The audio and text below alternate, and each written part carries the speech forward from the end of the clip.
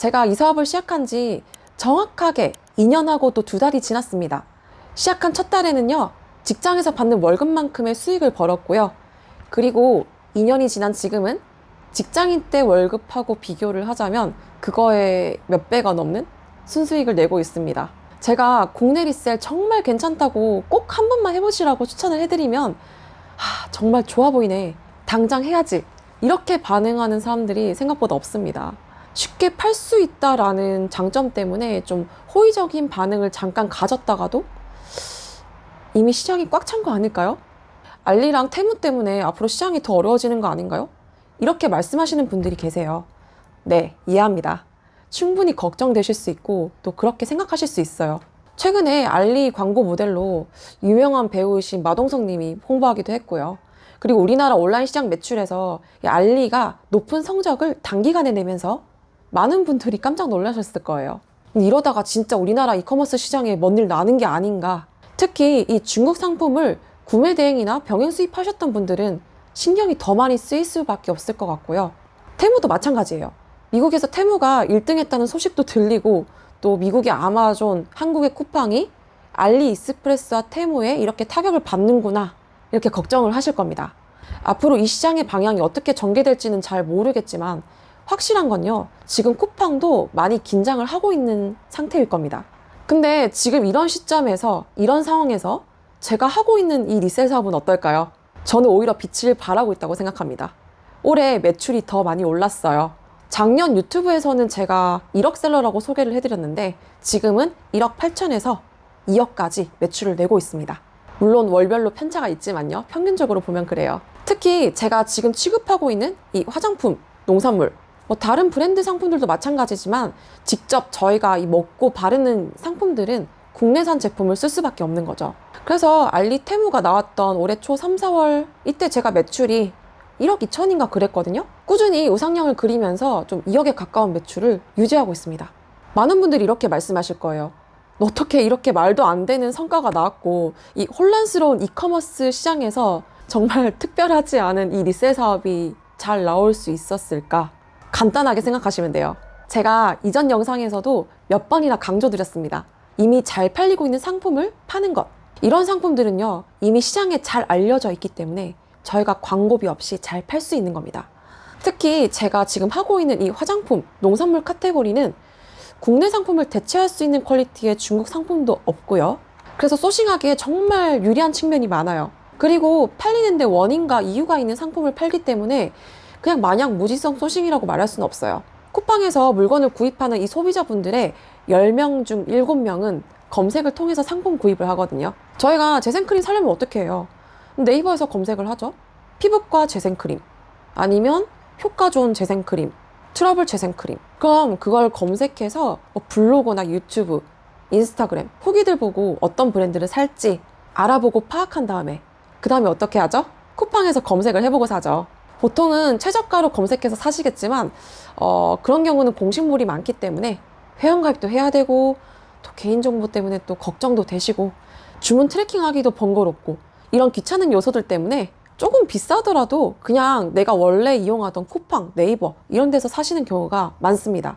특히 20, 30대 여성분들 틴트라든지 색조 같은 거 요즘 엄청 트렌드도 빠르고 다양하게 나오잖아요. 이거는 저도 올리브영 가면 하나하나 다 발라보고 제가 좋아하는 색깔의 이름을 기억해서 올리브영 가격이랑 쿠팡 가격이랑 비교를 해봤을 때 쿠팡 가격이 더 저렴하면 사거든요.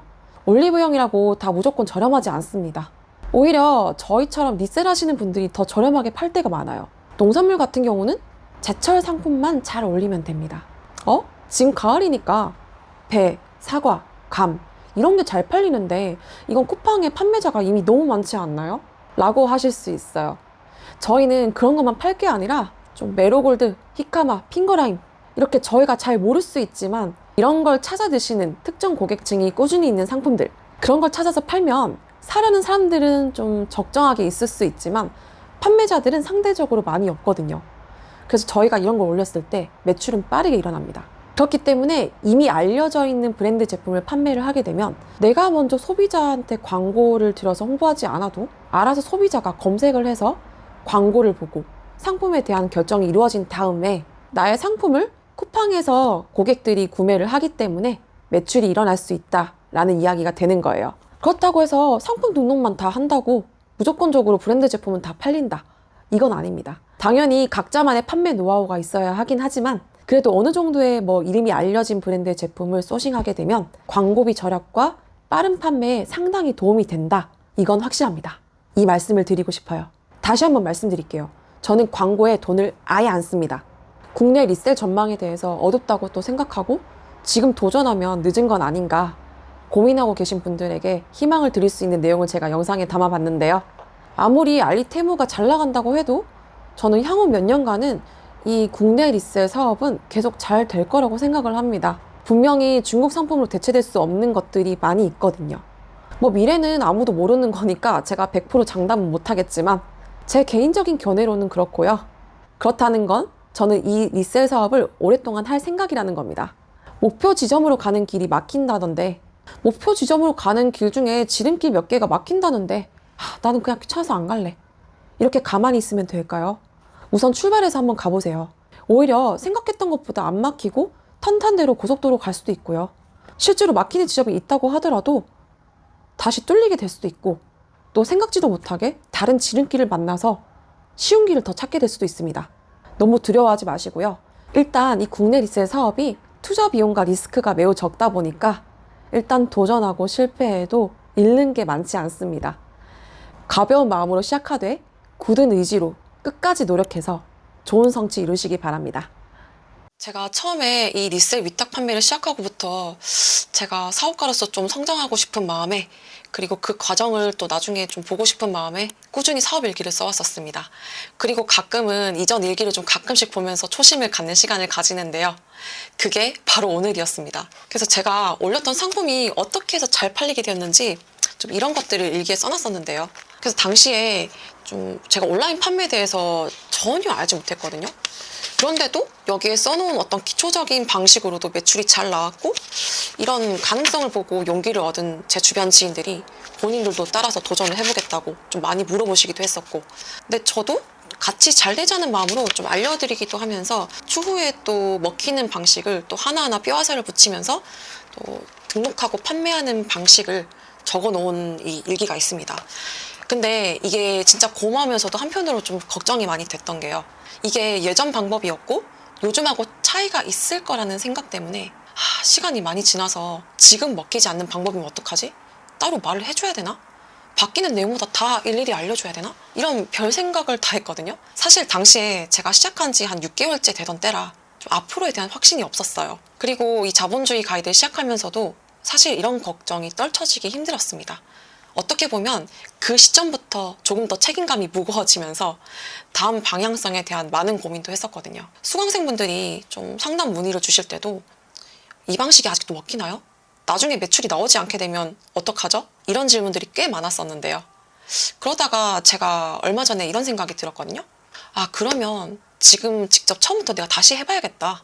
어떻게 보면 제 실력이 아직 녹슬지 않았다는 거를 스스로 증명해볼 좋은 기회이기도 하고 또 그렇게 해서 진짜 아직도 매출이 나온다면 이거는 진짜 10마디 설명보다 딱 이 매출 하나로 조금 더 여러분들에게 확신을 드릴 수 있겠다. 이런 생각을 했습니다. 저도 이 일을 시작할 때 처음에 다른 사람의 유튜브 영상도 많이 참고도 하고 막 전자책도 사고 그랬었어요. 근데 제가 당시에 그 영상이랑 책들을 막 보면서 이거 다 아는 내용인데? 조금만 생각하면 당연한 거 아니야?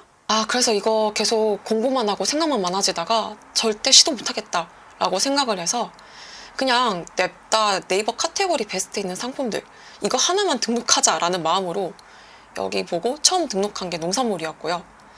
어쨌든 이거 하나 등록을 하고 나니까 다음 등록이 절반 정도 쉬워지더라고요. 아마 실행력에 좀 탄력이 붙은 게 컸던 것 같아요. 그래서 그거랑 관련된 키워드들을 하나하나 다 찾아냈고 그리고 이런 키워드들을 가지고 상품명, 검색 태그도 만들고 또 썸네일하고 상세 페이지도 만들었었거든요. 또 거기서 화장품에서 생활용품까지 영역도 확장해 나갔고요.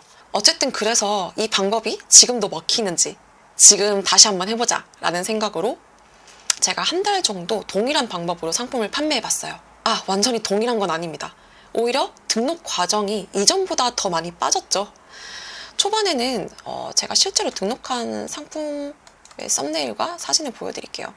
초반에는 저도 사진을 이쁘게 하고 싶은 욕심 때문에 막 밝기도 조정해보고 글자도 이렇게 써보고 또 이제 뭐 베스트 스티커도 붙여보기도 하고 이거는 좀 심플한 편이긴 하거든요. 막 상품명도 이렇게 길게 100자까지 채워보기도 하고. 근데 지금은 이런 가공 과정들 전혀 하지 않습니다. 어쨌든 등록 방식의 큰 뼈대는 똑같고 지금은 오히려 방식이 더 간소화되었음에도 이 방법이 잘 통하더라고요. 이거는 다른 계정에서 최근에 등록한 상품인데요. 이렇게 상품명도 조금 더 간소화됐고요. 더 짧아졌죠. 어쨌든 저는 상품 등록을 생각보다 많이 할애할 수 있었던 상황은 아니었기 때문에 저는 빠르게 등록하자는 마음으로 이렇게 단품으로 등록을 했거든요. 참고해 주시고요. 그리고 사진도 썸네일에 아무 글자도 들어가지 않았습니다. 그리고 이렇게 사진 3장으로만 등록을 진행을 했습니다. 등록할 수 있는 그 물리적인 시간이 없었기도 했고 빨리 매출 먼저 만들자라는 생각에 일단 등록 개수에 좀 많이 집중을 했거든요. 그래서 좀 디테일이 많이 빠진 부분이 있습니다. 그런데도 제 판매량은 문제없이 다 나오고 있다라는 게 증명이 되었습니다. 어쨌든 등록 방식의 큰 뼈대는 똑같고 지금 오히려 방식이 더 간소화되었음에도 이 방법이 아직도 통하더라고요. 그리고 제가 더 깨달은 인사이트가 이렇게 굳이 안 해도 팔리네? 더 빼도 되겠네? 이렇게 느낀 부분들이 더 많아졌습니다. 매출도 결국 잘 나왔고 순수익도 괜찮게 나왔어요. 그래서 이런 부분은 걱정을 안 하셔도 될 것 같습니다.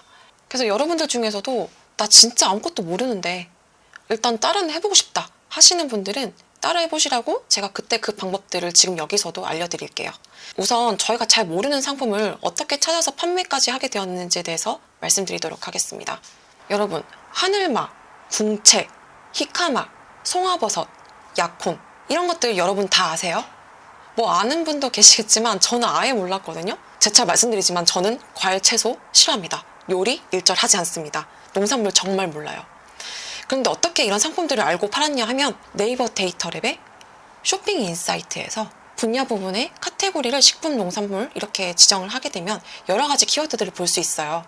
그래서 여기 채소 인기 검색어 여기서 뭘 팔지 찾아낸 거죠. 자, 제가 방금 언급드렸던 채소들 다 있습니다.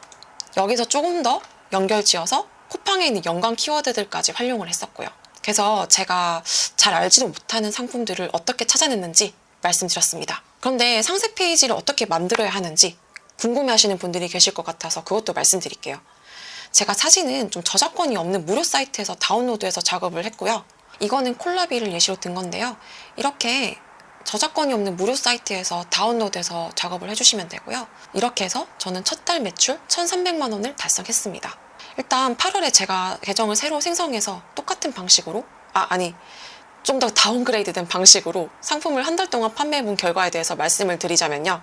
일단 이거 제가 지금도 운영하고 있는 계정이기 때문에 상품명은 좀 제외하고 가린 점은 양해해 주셨으면 좋겠어요. 네, 해당 계정의 판매 결과입니다.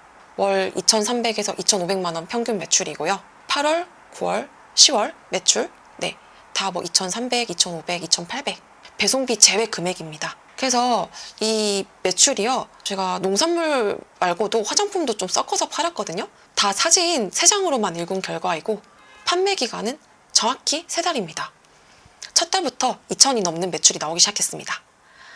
광고, 가구매 작업 일절 하지 않았습니다. 저는 컨설팅을 하면서 좀 마켓 관리도 하고 유튜브도 찍으면서 하루 3시간만 투자하고 또 그만큼 덜 자면서 상품을 한 달 동안 꾸준히 등록을 했거든요. 그래서 상품 퀄리티가 그렇게 좋지도 않아요. 그래서 초보자분들은 상세 페이지 무조건 전문가처럼 해야 된다 라는 생각으로 너무 부담 갖거나 힘들어하지 마시고 일단 내가 할 수 있는 선에서 도전을 해보세요. 소싱에 대해서도 궁금해하시는 분들이 계실 수 있을 것 같긴 한데 소싱하는 방법은 워낙 여러 가지이고 또 여기서도 제가 아까 데이터 랩을 설명했지만 더 많이 설명하자면 영상이 너무 길어지기 때문에 그 소싱과 관련된 다양한 방식들 제가 많이 다뤘으니까 참고해 주시면 되고요. 그리고 또 여러분들이 궁금해 하실 만한 사항이 아마 뭐 화장품은 괜찮겠지만 농산물을 판매할 때 필요한 절차들일 거예요. 농산물은 신선식품인데 뭐 아무나 못 팔지 않나? 팔면 안 되는 거 아니야? 이렇게 생각하시는 분들 많으실 텐데요. 사업자 등록증하고 통신판매업하고 딱 이 2가지 서류만 발급받으시면 돼요. 저희 같은 일반 판매자들도 판매를 하실 수 있으니까 두려워 마시고 시작해보세요. 제가 운영하는 단톡방과 카페에도 다양한 정보들이 많이 있으니까요. 유튜브 영상만 보셨던 분들은 저희 단톡방과 카페에도 한 번씩 놀러 와주시면 좋은 인사이트 얻어 가실 수 있습니다. 2년 전에도 통했고 지금도 통하는지 다시 제가 테스트를 해봤는데 지금도 매출이 잘 나오고 있다는 걸 제가 증명을 했습니다. 이 판매 방법을 오늘 알려드렸는데요. 하루에 딱 3시간만 투자해도 쿠팡으로 돈 버실 수 있으니까 직장인분들, 주부분들 아니면 좀 컴맹이신 분들도 부담 없이 한번 시작해 보시면 좋을 것 같습니다.